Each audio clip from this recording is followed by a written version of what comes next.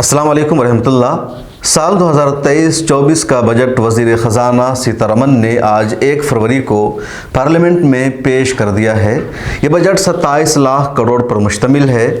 Budget का मतलब होता है अगले 1 साल के लिए आमदनी और ख़र्च का जायज़ा लेना, हिसाब किताब करना कि कितनी आमदनी होगी और कितना खर्च होगा। बजट में तमाम सेक्टर्स जैसे आर्मी, अदलिया, रेलवे, डिफेंस, माइनॉरिटी के लिए अलग अलग हिस्सा तय किया जाता है कि किस पर कितना खर्च होगा और किसको कितना फंड दिया जाएगा। इसलिए बजट की अपनी अहमियत है। बजट से ये वाज़ेह हो जाता है कि अगले सालों में महंगाई बढ़ेगी या घटेगी, सरकार की तरफ से आवाम को कितनी सहूलतें मिलेंगी। आइए जानते हैं हुकूमत ने बजट में क्या अहम ऐलान किया है और अपोजिशन पार्टियों का इस पर क्या रद्द अमल है। वज़ीर ख़ज़ाना ने साल 2024 के लोकसभा चुनाव को जहन में रखते हुए आम बजट पेश किया है और मिडिल क्लास को बड़ी राहत देने का दावा किया है। वज़ीर ख़ज़ाना ने एलईडी टीवी को सस्ता करने का ऐलान किया है। मोबाइल और टीवी जैसे इलेक्ट्रिक सामान पर कस्टम ड्यूटी में कमी कर दी गई है। हुकूमत के इस फैसले से मोबाइल, कैमरा, लेंस और इलेक्ट्रिक गाड़ियां सस्ती हो जाएंगी। इसके अलावा जितनी चीज़ें हैं रोज़मर्रा के इस्तेमाल की या जो भी कुछ है वह सब चीज़ें महंगी ही आपको मिलेगी। इसलिए कोई एक दो सामान नहीं है जिसको यहाँ लिस्ट में शामिल किया जाए। साफ लफ्ज़ों में कहिए कि सस्ते मौसम का ज़माना ख़त्म, अब महंगाई का दौर आ गया है। अक़लियतों यानी माइनॉरिटीज़ के बजट को भी कम कर दिया गया है। अक़लियतों की तालीम, स्कॉलरशिप, मदरसा की जिद्दतकारी और इस तरह के मसाइल के लिए मौजूदा बजट में सिर्फ 3097 करोड़ रुपए मुख्तस किए गए हैं। पिछले साल के बजट में अक़लियतों यानी माइनॉरिटीज़ के लिए 5020 करोड़ रुपए की रकम खास की गई थी। बजट की सबसे ज़्यादा चर्चा नए टैक्स निज़ाम को लेकर के हो रही है। हुकूमत ने ऐलान किया है कि नए टैक्स निज़ाम के तहत अब 7 लाख तक की आमदनी पर कोई टैक्स नहीं देना पड़ेगा। इससे पहले जिनकी सालाना आमदनी 5 लाख या उससे कम होती थी उनको टैक्स देना नहीं पड़ता था। इनकम टैक्स के नए निज़ाम को पुरकशिश बनाने के लिए टैक्स स्लैब में बड़ी तब्दीली भी की गई है। टैक्स की बात आई है तो ये जान लेना ज़रूरी है कि हुकूमत की असल आमदनी टैक्स से ही होती है और सरकार दो तरह से आवाम से टैक्स लेती है। एक डायरेक्ट टैक्स लेती है जो बिजनेसमैन, कारपोरेट कंपनियों के मालिक और जॉब करने वाले लोग देते हैं। इस कैटेगरी की तादाद सिर्फ 7% पाई जाती है। दूसरा टैक्स सरकार आवाम से इनडायरेक्ट लेती है और इस निज़ाम के तहत तमाम शहरियों को टैक्स देना पड़ता है। आप रोज़ाना के इस्तेमाल की जो चीज़ें खरीदते हैं, तेल, साबुन, आटा, कपड़ा या कोई भी सामान, उन सब पर आपको टैक्स देना पड़ता है और सरकार आपसे टैक्स लेती है। यही सरकार की आमदनी का सबसे बड़ा जरिया भी होता है। निर्मला सीतारमन ने जो बजट पेश किया है उसमें बताया गया है कि नए टैक्स के निज़ाम के लिए 6 स्लैब बनाए गए हैं। खास बात यह है कि जिनकी आमदनी 7 लाख रुपए तक है उन्हें 1 रुपए भी टैक्स नहीं देना होगा, लेकिन उनकी आमदनी जैसे ही 7 लाख रुपए से 1 रुपया भी बढ़ जाती है तो उन्हें टैक्स देना होगा और वो टैक्स की रकम सिर्फ 1 रुपए पर नहीं बल्कि 3 लाख से ऊपर की पूरी आमदनी पर देनी होगी। यानी जिनकी आमदनी 7 लाख रुपए से ज़्यादा है उन्हें नए इनकम टैक्स निज़ाम के तहत अब 3 लाख रुपए तक की आमदनी यानी पहले स्लैब पर कोई टैक्स नहीं देना होगा। लेकिन आमदनी 7 लाख रुपए से जैसे ही ऊपर जाएगी 3 से 6 लाख रुपए वाले दूसरे स्लैब में 5% टैक्स देना होगा। इसी तरह 6 से 9 लाख रुपए तक के तीसरे स्लैब पर 10%, 9 से 12 लाख रुपए तक के चौथे स्लैब पर 15%, 12 से 15 लाख रुपए के 5वें स्लैब पर 20% और 15 लाख रुपए से ज़्यादा की आमदनी पर 30% इनकम टैक्स देना होगा। अब तक नए टैक्स निज़ाम में 2.5 लाख रुपए तक की आमदनी पर कोई टैक्स नहीं देना होता था। 2.5 लाख से 5 लाख रुपए तक की आमदनी पर 5% टैक्स लगता था, जिसमें 87A के तहत रिबेट का इंतज़ाम है।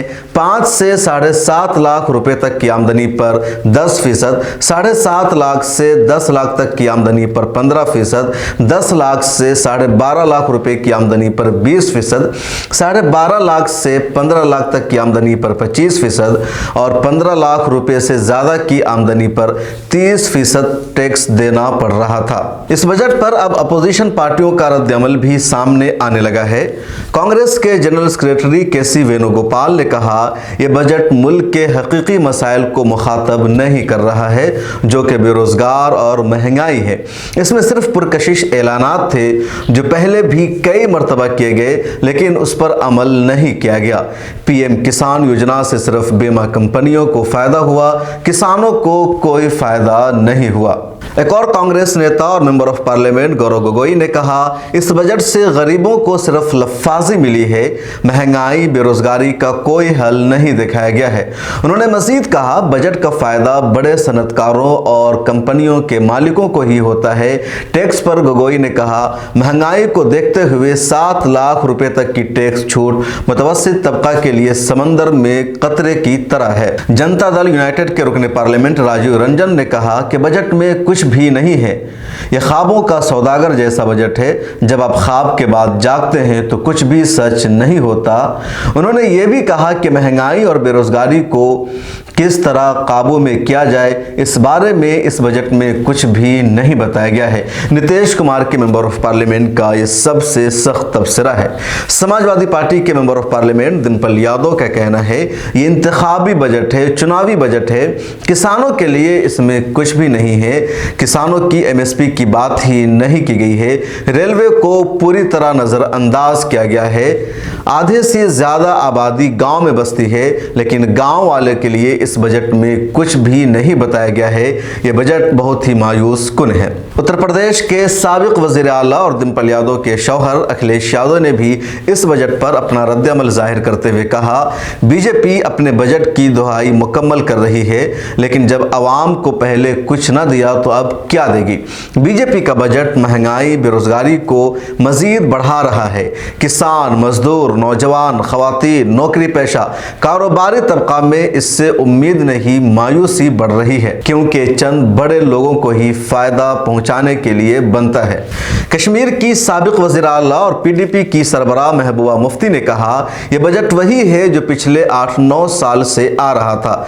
टैक्स बढ़ाए गए, फलाही मंसूबों और सब्सिडी पर पैसा खर्च नहीं किया जा रहा है। कुछ 60 गांठ वाले सरमायादारों और बड़े कारोबारियों के लिए टैक्स वसूल किया जा रहा है। आवाम को टैक्स से फायदा होना चाहिए, लेकिन इससे उसकी कमर टूट रही है। यूपी की साबिक वज़ीर आला और बीएसपी के सरबराह मायावती ने तो बजट पर अपना रद्द-ए-अमल जाहिर करते हुए सख्त अल्फाज का इस्तेमाल किया।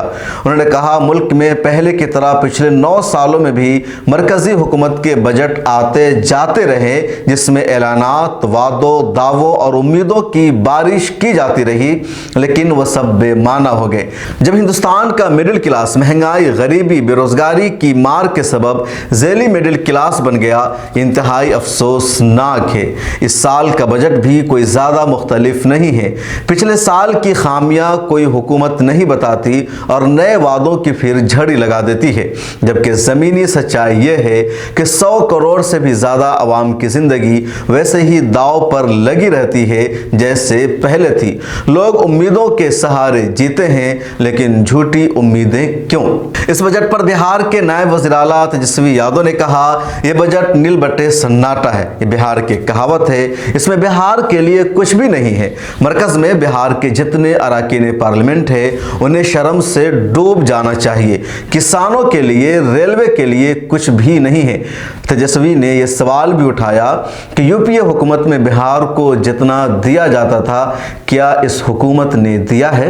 राष्ट्रीय जनता दल के member of parliament Manoj Jha ने बजट के ताल्लुक से अपना रद्द-ए-अमल जाहिर करते हुए कहा, मैंने वजीर मालियात को कई बार कहा कि जब भी बजट बनाए तो आर्टिकल 39 को देख ले। आइन से आंखें मूंद कर तारीफ वाला बजट बनाते हैं तो कुछ भी हासिल नहीं होगा। रोजगार के लिए आपने गोल गोल बातें की है। ये बजट खास लोगों का, खास लोगों के जरिए खास तरह से बनाया बजट है। मुसलमानों के भी कई सरबराहों और जिम्मेदारों ने इस बजट पर मायूसी का इजहार किया है। ऑल इंडिया मिल्ली काउंसिल के secretary general doctor Mansoor Alam ने कहा कि आखिर माइनॉरिटीज के बजट को कम क्यों किया गया है, जब तमाम सेक्टर और शोबों के बजट को बढ़ाया गया है। फिर वजारत अक़लियती उमूर यानी माइनॉरिटी अफेयर्स मिनिस्ट्री का जो बजट 5,000 का था उसको 3,000 क्यों कर दिया गया है। ऑल इंडिया मुस्लिम मजलिस मुशावरत के सदर ने भी इस पर अफसोस का इजहार किया है और भी कई तंजीमों ने इस पर मायूसी और अफसोस का इजहार किया है कि आखिर मुसलमानों या कह लीजिए कि माइनॉरिटीज़ जिसका सबसे बड़ा हिस्सा मुसलमान है उसके बजट को इतना कम क्यों किया गया है।